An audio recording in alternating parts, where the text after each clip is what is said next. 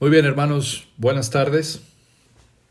Vamos a continuar con la predicación hoy en esta tarde y vamos a continuar viendo Hechos, capítulo 7, versículo 2. Y él dijo, varones hermanos y padres, oíd, el Dios de la gloria apareció a nuestro padre Abraham estando en Mesopotamia antes que morase en Harlán. Vamos a orar para poner este tiempo en las manos del Señor. Padre, te damos gracias hoy en esta tarde por la oportunidad que nos das de poder estudiar, Señor, tu palabra, por el hambre que tú pones en nuestros corazones, por ver que tú eres el Dios de la gloria, Señor. Hoy en esta tarde en particular te ruego, Señor, que muestres tu gloria, que nos muestres a tu Hijo Cristo, que nos muestres la maravillosa doctrina de la redención particular, que tu Santo Espíritu sea el Maestro, que sea Él quien nos enseñe hoy en esta tarde, que Él selle estas verdades, que nos haga entender toda esta palabra, Señor, que transforme nuestros corazones. La mejor forma de saber, Señor, que hemos aprendido alguna doctrina es que brota en alabanza y en adoración y en verdad hay una transformación en nuestras vidas. Gracias, Señor, por ser el Dios de la gloria, el Dios glorioso. Toda la honra, toda la gloria pertenece a ti, Señor, por los siglos de los siglos. En el nombre de Cristo. Amén.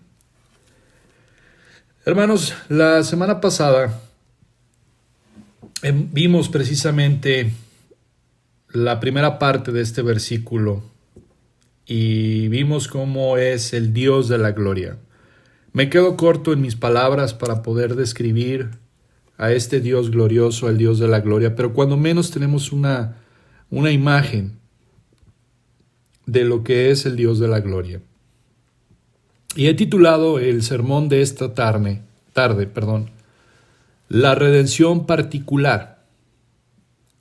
Y es una doctrina precisamente tan hermosa, tan preciosa esta doctrina.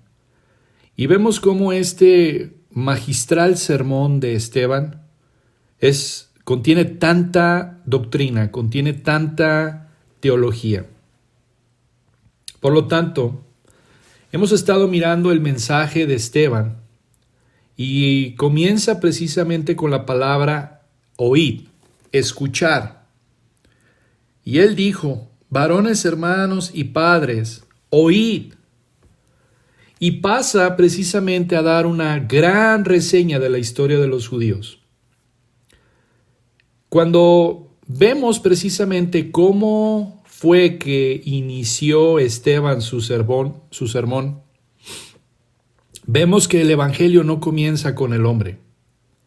El Evangelio comienza con el Dios de la gloria.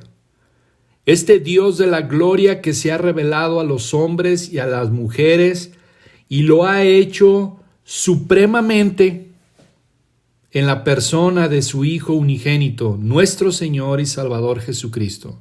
Ha decidido precisamente revelarse a los hombres. Veíamos la semana pasada que la gloria del Señor lo poníamos en el ejemplo de la nube que acompañó a los judíos en su éxodo de Egipto cuando salieron de la esclavitud de Egipto, y veíamos que era una nube que contenía seguridad, protección, cobijo, calor, pero que al mismo tiempo esa nube era intimidante. Y veíamos precisamente cómo la semana pasada la gloria del Señor fue precisamente reflejada en su Hijo unigénito, nuestro Señor y Salvador Jesucristo. Ahora, la idea del mensaje del día de hoy, en esta tarde, es que el Dios de la gloria apareció a Abraham. Y esto es muy significativo, muy significativo. El Dios de la gloria, el Dios que no tiene necesidad de nada ni de nadie, apareció a Abraham. ¿Qué quiere decir eso, que haya aparecido Abraham? Bueno, Dios es un Dios que trata con personas. Es un Dios personal. Y esas son las buenas noticias, esas son las excelentes noticias del Evangelio, las excelencias de Cristo, las perfecciones de Cristo, de su persona y de su obra. Muchas veces hay personas que piensan que el Evangelio de Dios es un evangelio remoto. Es un evangelio que no tiene relevancia en los problemas del mundo de hoy en día. Hay muchas personas que creen que en el mundo moderno no cabe el evangelio y por lo tanto lo descartan como un mensaje que creen que no sirve, que no es práctico. Pero el evangelio de Dios es un evangelio práctico. Y como lo dice Martin Lloyd-Jones, si alguna vez hubo un mensaje práctico en este mundo, ese es el evangelio. Es un mensaje que les ha permitido hacer frente a hombres y mujeres en el peor momento de su vida y triunfar. Este es el registro de los santos cristianos. Han sido las únicas personas que realmente han vivido y las únicas personas que han sabido morir. Ese es el evangelio práctico. Ese es el evangelio del Dios glorioso. El Dios de la gloria aparece a Abraham. Dios trata con personas. Dios es un Dios personal. Pero antes de eso, yo quiero que veamos cuál es la condición de Abraham. ¿Cuál era su condición de Abraham? Cuando Dios se le aparece, ¿cómo era la vida de Abraham? ¿Cómo era su vida espiritual? Y es muy significativo que Esteban comience con Abraham. ¿Por qué? Porque Abraham refleja perfectamente la condición del hombre en general. Y este es un punto de doctrina muy importante. Porque Abraham, cuando vivía en Mesopotamia, vivía en Ur de los Caldeos. Y toda la gente de esa región era idólatra. Eran unos idólatras. Esta gente adoraba la luna, adoraba el sol, adoraba las estrellas, adoraba al dios de la guerra, etc. Otros creían en los espíritus de los árboles, de las piedras, en los arroyos, etc.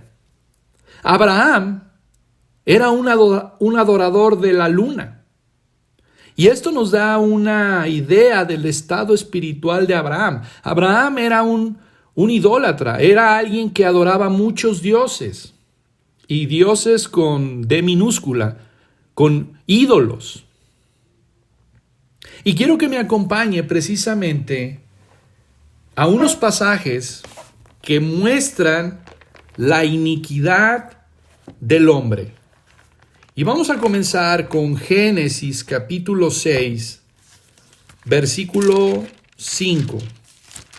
Génesis capítulo 6, versículo 5, dice la palabra: y vio Jehová que la maldad de los hombres era mucha en la tierra, y que todo designio de los pensamientos del corazón de ellos era de continuo solamente el mal. El corazón del hombre era de continuo solamente mal. Esto nos muestra la condición del hombre. Era maldad sobre maldad. Esto es un retrato de lo que somos tú y yo sin Dios, de lo que somos tú y yo sin que el Dios de la gloria apareciera en nuestras vidas. Esto es el retrato de cualquier hombre, cualquier mujer. Esta es la condición de cualquier hombre, cualquier mujer sin Dios. El designio de su corazón es solamente mal. Mal sobre mal, y precisamente Vemos en la palabra y Jesús da un diagnóstico del corazón del hombre cuando dice que del corazón salen los malos pensamientos, los hurtos, las blasfemias, las idolatrías, los adulterios, las fornicaciones, los malos pensamientos.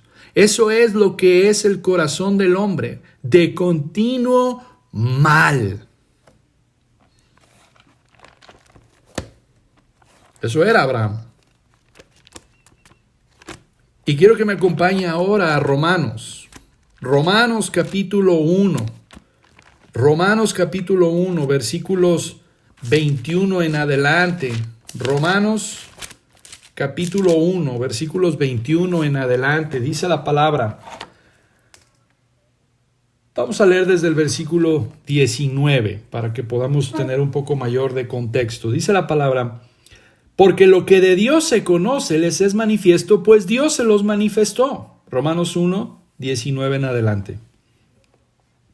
Porque las cosas invisibles de Él, su eterno poder y deidad, se hacen claramente visibles desde la creación del mundo, siendo entendidas por medio de las cosas hechas, de modo que no tienen excusa.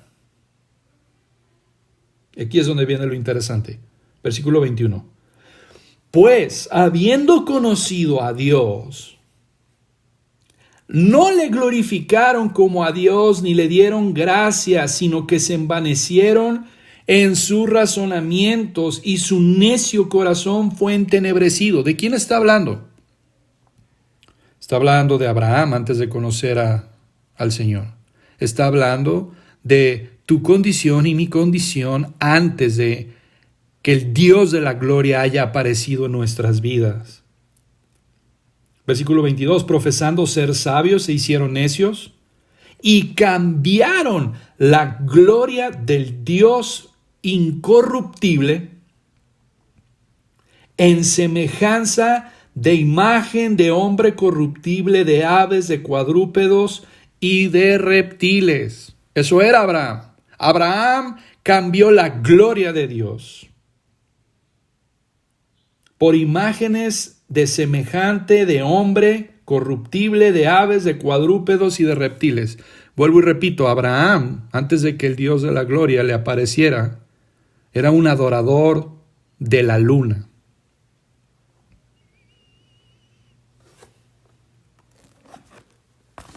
Y vemos precisamente cómo en estos pasajes de Romanos, versículo 28, dice, y como ellos no aprobaron tener en cuenta a Dios, Dios los entregó a una mente reprobada. ¿Usted quiere saber qué persona tiene una mente reprobada? Es todo aquel que adora a todos menos a Dios. Eso es una mente reprobada. Esta es la condición del hombre sin Cristo. Adoración de ídolos. Hombres y mujeres hoy en día siguen adorando ídolos. Algunos adoran el dinero, algunos adoran sus autos, sus casas o sus hijos. ¿Sabe lo que significa idolatría? Idolatría significa adorar todo aquello que no es el Dios verdadero, que es el Dios de la gloria. Esa es la religión moderna. Esta es la religión moderna. Esos son sus dioses, entre comillas.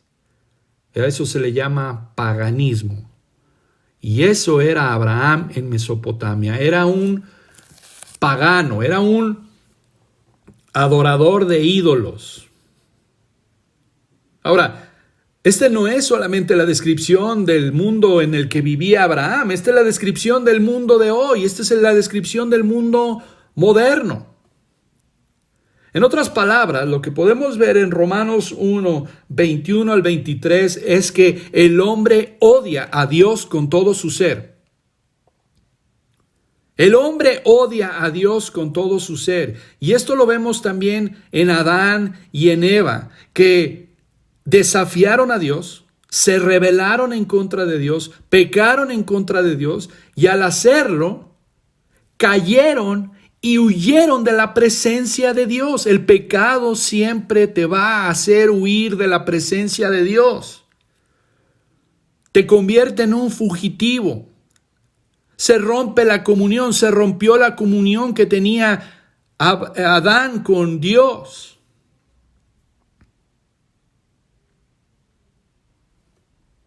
Ahora quiero hacer un paréntesis aquí. El Evangelio no comienza con la declaración: ven a Cristo porque Él está listo para recibirte. El Evangelio no comienza con una invitación de que vengas a Cristo. ¿Sabes por qué la gente no responde a esa invitación? Cuando tú vas en la calle y comienzas a compartir el Evangelio con tus amigos, con tus padres, con tus hermanos, con tus familiares, y tú invitas a esas personas: ven a Cristo porque Él está listo para recibirte. ¿Sabes por qué la gente no responde a esa apelación? Es porque ellos nunca han visto su necesidad. La gente no viene a Cristo porque no ve su necesidad. Y para que vean su necesidad, esa es la obra del Espíritu Santo, que convence de pecado, de justicia y de juicio. Esa es la obra sobrenatural, milagrosa del Espíritu Santo, que convence a una persona de pecado. Y esa es una obra extraordinaria de Dios, el Espíritu Santo, que convence al hombre de pecado y de justicia y de juicio. ¿Sabe que realmente es una obra del Espíritu Santo? Es un milagro convencer a una persona que sea pecadora. Porque el hombre se cree que es bueno, justo. Me gusta la ilustración que utiliza Paul Washer con respecto a un pez. Los peces nadan en el agua. ¿Cómo convences a un pez de que está mojado? Si ese ha sido su hábitat, si en ese hábitat nació, es exactamente lo mismo. ¿Cómo convences a un hombre que es pecador si el único medio ambiente en el cual ha crecido es pecado? Bueno, esa es la obra del Espíritu Santo. Y hasta que el Espíritu Santo no haga esa obra en el hombre, ese hombre no va a tener necesidad de Cristo. Porque todo aquel que el Espíritu Santo ha convencido en su corazón de justicia, de juicio y de pecado, es una persona que clama y que necesita a Cristo y que va a Cristo y se aferra a Cristo. Ahora ya vimos cómo en Romanos 1:21 en adelante vemos la condición no solamente de Abraham, sino de todo aquel humano que ha pisado en esta tierra. Ha pecado. Ha ofendido al Dios de la gloria, ha intercambiado la gloria del Dios incorruptible en semejanza de imagen de hombre corruptible. Le ha robado la gloria a Dios. Y lo que ha hecho es pecar en contra de Dios. Ahora, yo quiero que me acompañe precisamente a Génesis capítulo 18. Génesis capítulo 18, versículo 25. Abraham está hablando con el Señor después de que se le apareció, después de que ha sido justificado Abraham por la fe. Y en el versículo 25, Abraham le llama al Señor el juez justo de toda la tierra. Y hace una pregunta: ¿el juez justo de toda la tierra no ha de hacer lo que es justo? Abraham le llama a Dios el juez justo de toda la tierra. ¿Qué es lo que el juez justo debe de hacer cuando el hombre, creación de él, se rebela en contra de él y ha intercambiado la gloria del Dios incorruptible por por basura. Bueno, el juez justo de toda la tierra precisamente no puede ignorar el pecado. Ese hombre que ha intercambiado la gloria de Dios incorruptible está bajo su juicio. Está bajo la horrenda ira de Dios.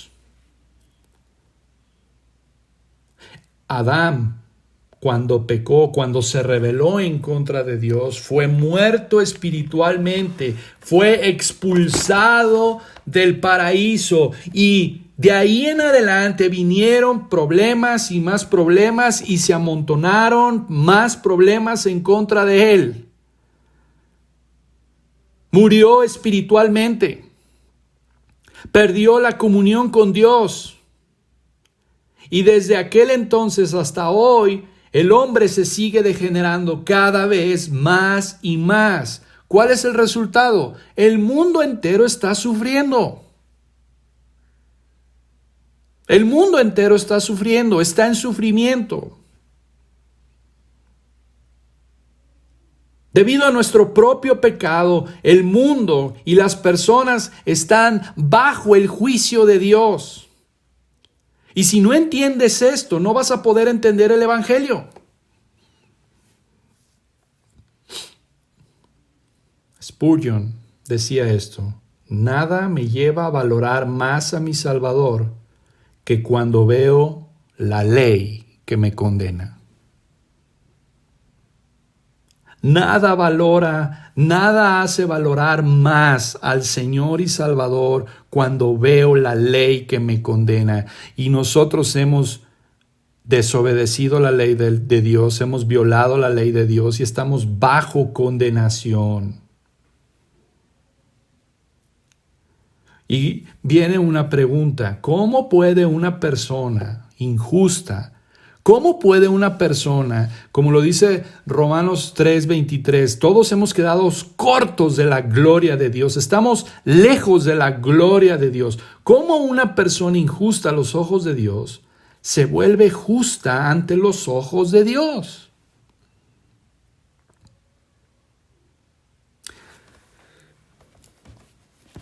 Efesios capítulo 2. Quiero que me acompañe a este pasaje. Efesios capítulo 2.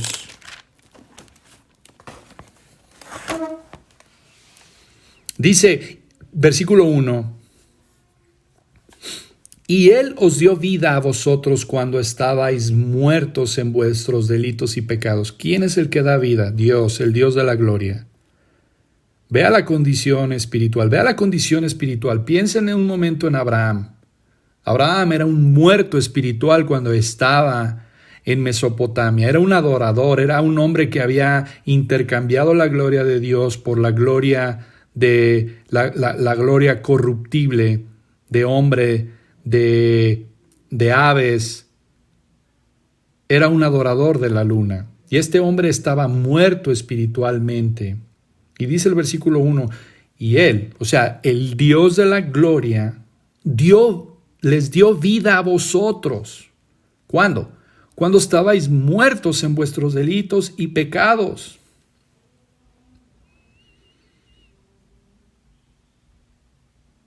Versículo 4, pero Dios, me encanta este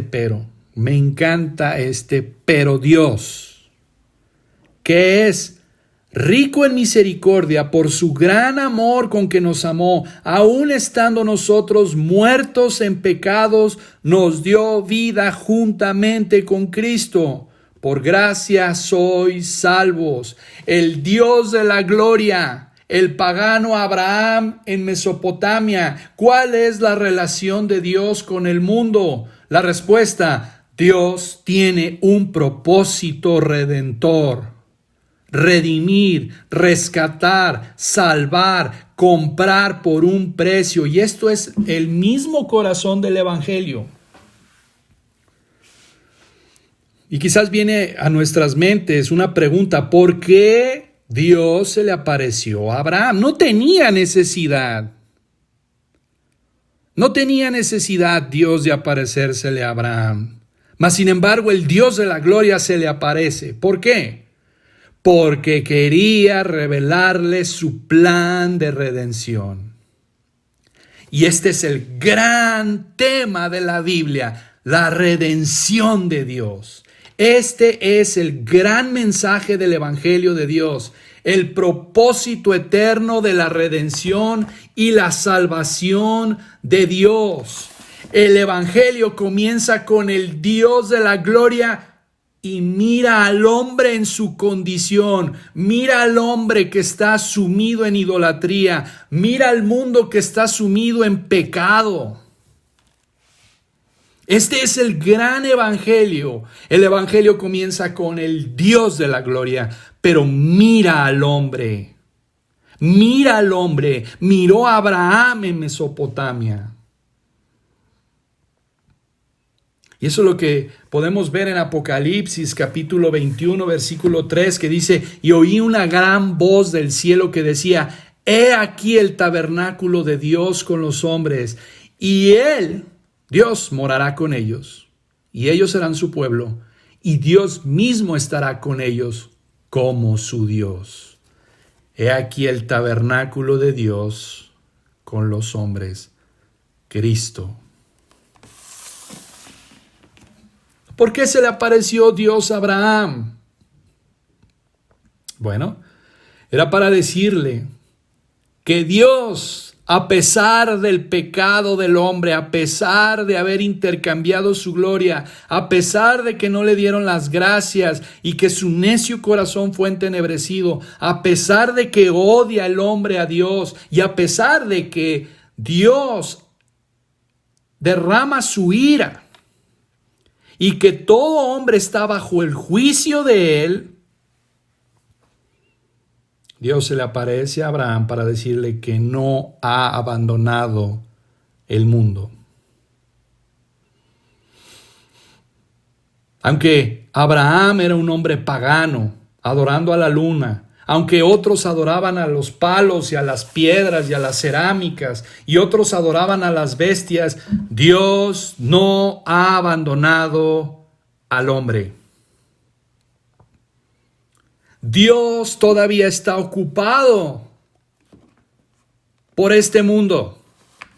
Y esa es nuestra única esperanza. Porque ¿qué tal si nos dejara a nosotros mismos? ¿Qué tal si nos deja nuestra propia inteligencia, a nuestra propia sabiduría?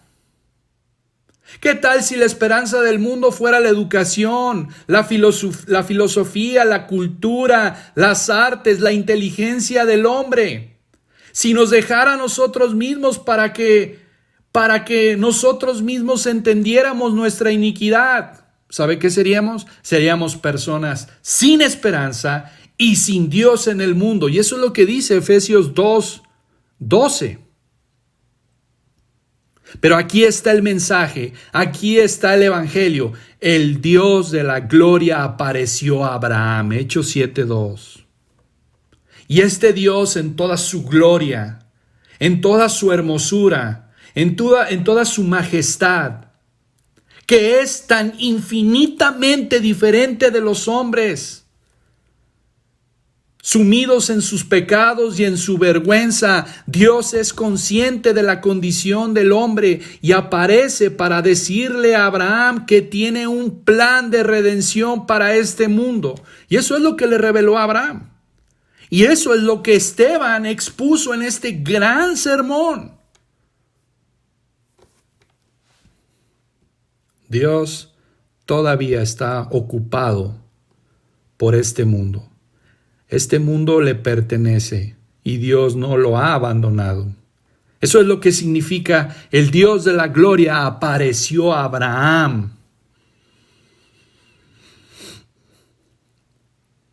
Pero hay otra cosa también que puedo observar y que extraigo de las palabras de Esteban. Y es esto: el plan de redención de Dios es enteramente su iniciativa. Es la iniciativa de Dios. ¿Te das cuenta de cómo dijo Esteban? Hermanos y padres, escuchad, el Dios de la gloria se apareció a nuestro padre Abraham. Dios es el impulsor. Dios es quien impulsa, Dios es quien toma la iniciativa en la redención del hombre, no es el hombre. Y la enseñanza popular de hoy en día es que Abraham fue el que buscó a Dios. Renunció al paganismo y él por él mismo renunció a Dios. Y es lo que enseña la cultura popular. Ven a Cristo, decide tú por Cristo. Y eso es algo que quiero que notemos. Dios toma la iniciativa. No podemos por nosotros mismos buscar a Dios y llegar a Dios. De hecho, ni nos interesa. Romanos 3, Pablo lanza la acusación contra toda la humanidad y dice, no hay quien busque a Dios. No hay ni siquiera uno. No hay temor de Dios en sus ojos. Además, recordemos lo que dice Efesios 2, estábamos muertos. Un muerto espiritualmente no busca a Dios.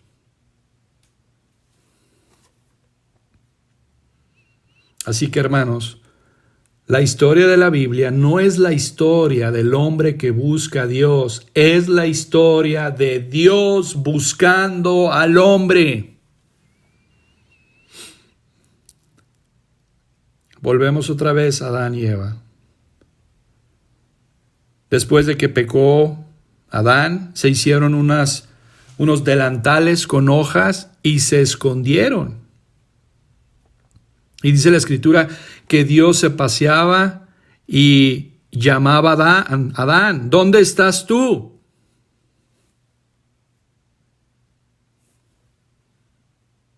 Y estos hombres se escondieron. ¿Y saben por qué se escondieron? Porque sentían vergüenza por su pecado. Se escondieron y sentían vergüenza y no querían ir delante de Dios precisamente por el pecado. Pero después oyen una voz, Adán, ¿dónde estás? Dios se le aparece a Adán a pesar de que acaba de rebelarse y que acaba de pecar. Adán, ¿dónde estás?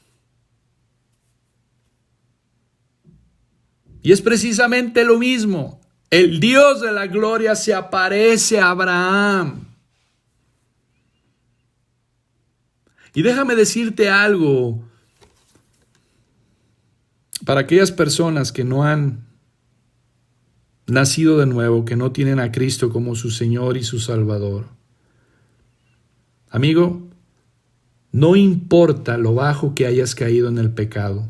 No importa lo vil que seas.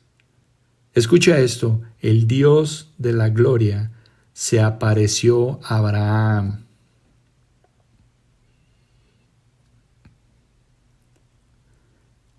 Y hoy es exactamente lo mismo. Sal de esa vergüenza. Sal de ese pecado. Dios te está llamando. Ten un encuentro con Él. Y esa es la historia de toda la Biblia, es la historia de la redención, la capacidad de Dios y la incapacidad del hombre.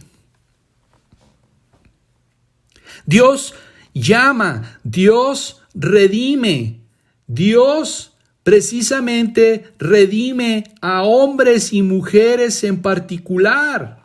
Y esa es la historia de la Biblia, la redención particular de hombres y de mujeres. Mire, vamos a varios pasajes para que podamos entender esto. Vamos a Génesis. Génesis capítulo 28. Génesis capítulo 28, comenzando con el versículo 13. Vamos a ver el ejemplo de Jacob. Génesis 28, versículos 13 en adelante. Dice la palabra, y he aquí, Jehová estaba en lo alto de ella, el cual dijo, Yo soy Jehová, el Dios de Abraham, tu padre, y el Dios de Isaac. La tierra en que estás acostado te la daré a ti y a tu descendencia. Versículo 15.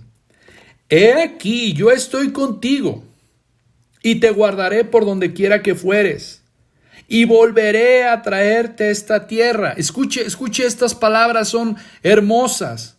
Porque no te dejaré hasta que haya hecho lo que te he dicho. Dios, el Dios de la gloria, aparece al nieto de Abraham y le dice, no te voy a dejar hasta que haya hecho lo que te he dicho. Jacob es un tramposo, huye de su casa porque ha engañado a su propio hermano. Y en el contexto de Génesis 28, este hombre está cansado, se acuesta a dormir y en su sueño Dios, el Dios de la gloria, se le aparece y le habla. Job no estaba buscando a Dios, pero Dios estaba buscando a Jacob. Perdón, dije Job, es Jacob. Jacob no estaba buscando a Dios, pero Dios lo estaba buscando. ¿Por qué? Porque no lo va a dejar hasta que haya hecho todo lo que tiene planeado. Ese es el Dios de la gloria. Ese es el Dios de la gloria.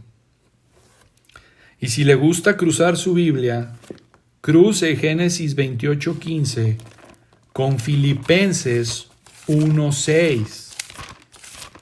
Filipenses 1:6. Dice la palabra, estando persuadido de esto, que el que comenzó en vosotros la buena obra, la perfeccionará hasta el día de Jesucristo. Ahí está el Dios de la gloria, redimiendo personas particulares. Y no nos va a dejar hasta que haya hecho todo lo que Él ha pensado para con nosotros. Y recuerda la semana pasada que estuvimos viendo cómo la nube, por un lado, tiene seguridad, tiene protección, pero por otro lado es intimidante. Vea lo que dice el versículo 16 de Génesis 28. Y despertó Jacob de su sueño y dijo, ciertamente Jehová está en este lugar y yo no lo sabía. Y tuvo miedo y dijo, cuán terrible es este lugar. No es otra cosa que casa de Dios y puerta del cielo.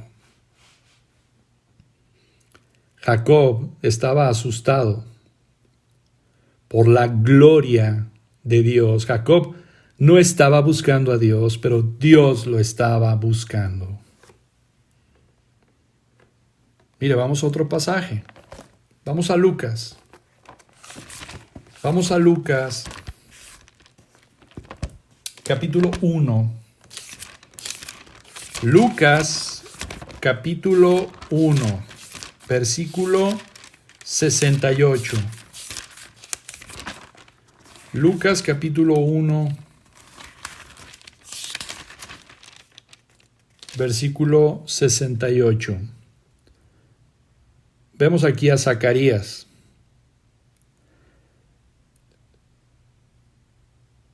Vean lo que dice, bendito el Señor, Dios de Israel, que ha visitado y redimido a su pueblo. Vea, la iniciativa de Dios. Él ha visitado y redimido, no a todos, a su pueblo. Ahí mismo en Lucas capítulo 3, versículos 1 y 2. Ahora vamos con Juan el Bautista. En el año 15 del imperio de Tiberio César, siendo gobernador de Judea Poncio Pilato y Herodes tetrarca de Galilea y su hermano Felipe tetrarca de Iturea y de la provincia de Traconite y Lisanias tetrarca de Abilinia y siendo sumos sacerdotes Anás y Caifás, vino palabra de Dios a Juan, hijo de Zacarías, en el desierto. Vino palabra del Señor. Vino palabra de Dios. Hermanos, no fue que Juan fuera a la universidad, no fue que Juan fue a un seminario, no fue que leyó en un libro, fue Dios quien tomó la iniciativa, fue Dios quien se le apareció, fue Dios quien le habló. Y siempre es lo mismo, es la iniciativa de Dios, es la iniciativa de Dios con el hombre, no es el hombre que busca a Dios. Por eso el Dios de la gloria apareció a Abraham. Es muy significativo. Dios es el que toma la iniciativa. Y vea lo que dice Gálatas 4 al 5. Pero antes de eso, vea lo que dice más bien Juan 3:16. Porque Dios amó tanto al mundo que dio a su Hijo unigénito para que todo aquel que en Él cree no se pierda, mas tenga vida eterna. Y Gálatas 4:4 dice que cuando llegó la plenitud del tiempo, Dios envió a su Hijo. Dios envió a su Hijo, nacido de mujer, nacido bajo la ley, para redimir a los que estaban bajo la ley. En el tiempo preciso, Dios manda a su Hijo. Es Dios quien toma la iniciativa, no es el hombre.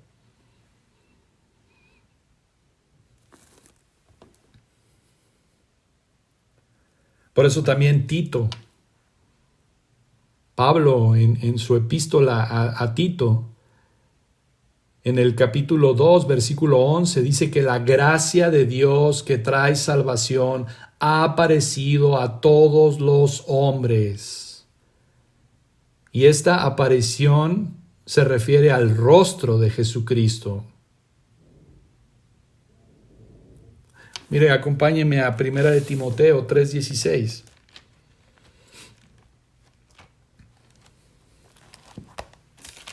Primera de Timoteo 3:16. E indiscutiblemente grande es el misterio de la piedad. Dios fue manifestado en carne, justificado en el Espíritu, visto de los ángeles, predicado a los gentiles, creído en el mundo, recibido arriba en gloria. Dios se manifestó en carne. Dios se apareció en carne. Ya no solamente en palabra. Dios ha venido en la persona de su Hijo. Dios se ha revelado, Dios ha aparecido, ha venido entre nosotros, el tabernáculo entre nosotros, vivía entre nosotros. Juan 1:14 dice que el Verbo se hizo carne y habitó entre nosotros. Este es el mensaje de la redención. Dios aparece, Dios toma la iniciativa, todo se lo debemos a Él.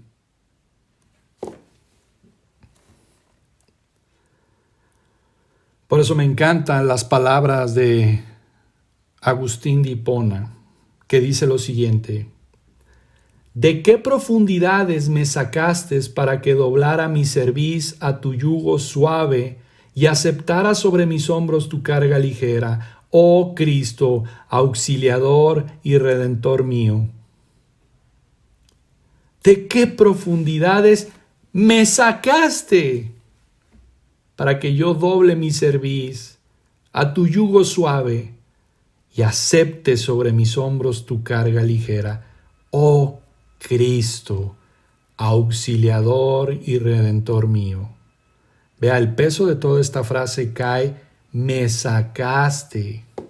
Tú me sacaste. Yo no pude salir por mí mismo. No puedo salir por mí mismo, pero tú lo haces. ¿Y por qué lo hace? Lo hace para su propia gloria.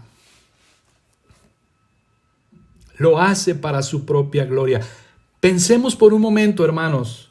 ¿Crees que Dios puede dejar este mundo tal como es? No, Él tiene un plan de redención por su propio bien, por el bien de su gloria. Dios no puede permitir que el diablo triunfe. El diablo ha llevado al mundo a esta condición, ha engañado al hombre, cautivó a Eva para que engañase a Adán. ¿Crees que Dios pueda permitir que el mundo siga así? Es impensable, es imposible. Dios redime por su propio bien, por su propio nombre, por el bien de su gloria y no va a permitir que el diablo triunfe. ¿Por qué? Porque su propio honor está involucrado, por lo que tiene este gran plan y propósito de redención.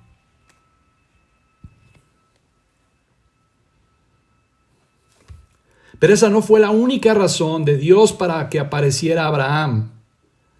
Dios fue conmovido por su gracia, por su misericordia, por su compasión, por su amor. Vio la miseria, oyó el gemido, vio la infelicidad, vio lo que los hombres y las mujeres se había hecho a sí mismo y a toda la creación. Vio la maldad del diablo y no fue movido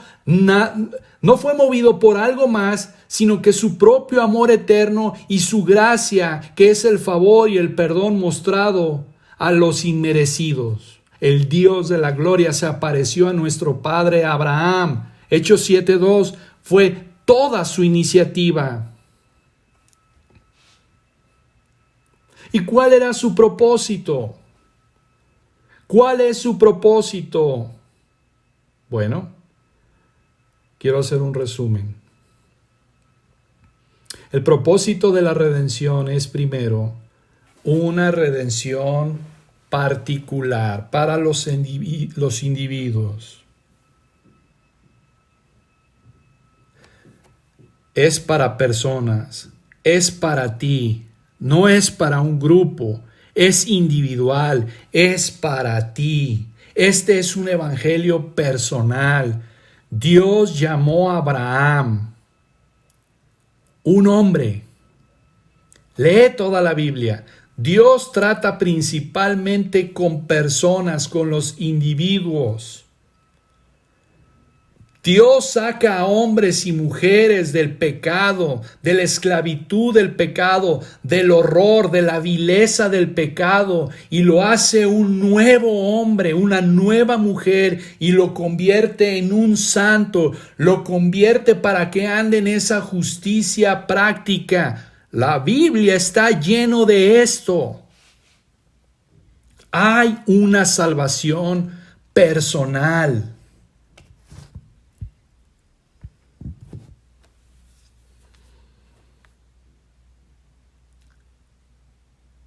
Y amigo que nos escuchas, que estás sin Cristo, que vas rumbo al infierno, que has vivido precisamente en esta humillación, en la vileza del pecado, cree en este mensaje. Ven a Cristo, arrepiéntete y cree en Cristo, porque Dios envió a su Hijo para soportar el castigo de tus pecados y morir en la cruz por ti, para levantarse, para resucitar y para justificarnos. Él es quien te perdona, Él es quien te da una nueva vida. Él es quien te convierte precisamente y te va conformando cada vez más y más a la imagen de su precioso Hijo Cristo Jesús. Es un Dios personal. Y Juan 3:16 dice que de tal manera amó Dios al mundo, de tal manera amó Dios al mundo, que ha dado a su Hijo unigénito. Pero hay una salvedad, hay una exclusividad ahí. Para que todo aquel que en Él cree no se pierda, mas tenga vida eterna. El que en Él cree no se pierda, mas tenga vida eterna. Pero vea lo que dice el versículo 18 de Juan 3:18. El que en Él cree no es condenado. El Dios de la gloria dice, el que cree en mi Hijo Cristo no es condenado. Pero, el que no cree ya ha sido condenado porque no ha creído en el nombre del unigénito Hijo de Dios. El que en él cree no es condenado. El que no cree en él ya ha sido condenado. Y esta es la condenación. Esta es la condenación. Que la luz vino al mundo y los hombres amaron más las tinieblas que la luz. ¿Por qué? Porque sus obras eran malas.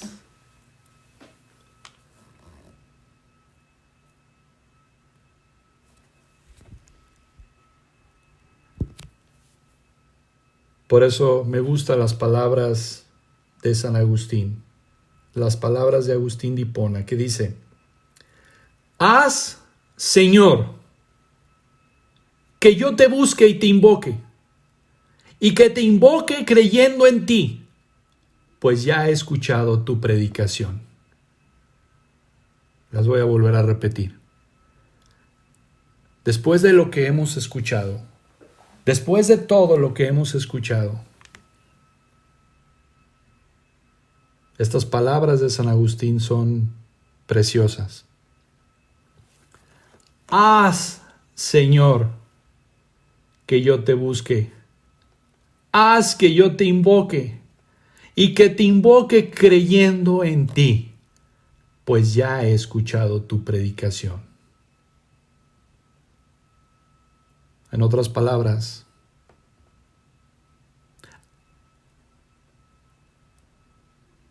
dame lo que pides y pídeme lo que quieras.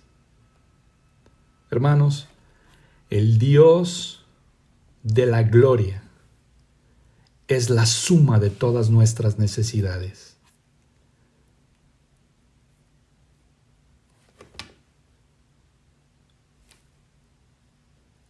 El Dios de la gloria es la suma de nuestras necesidades.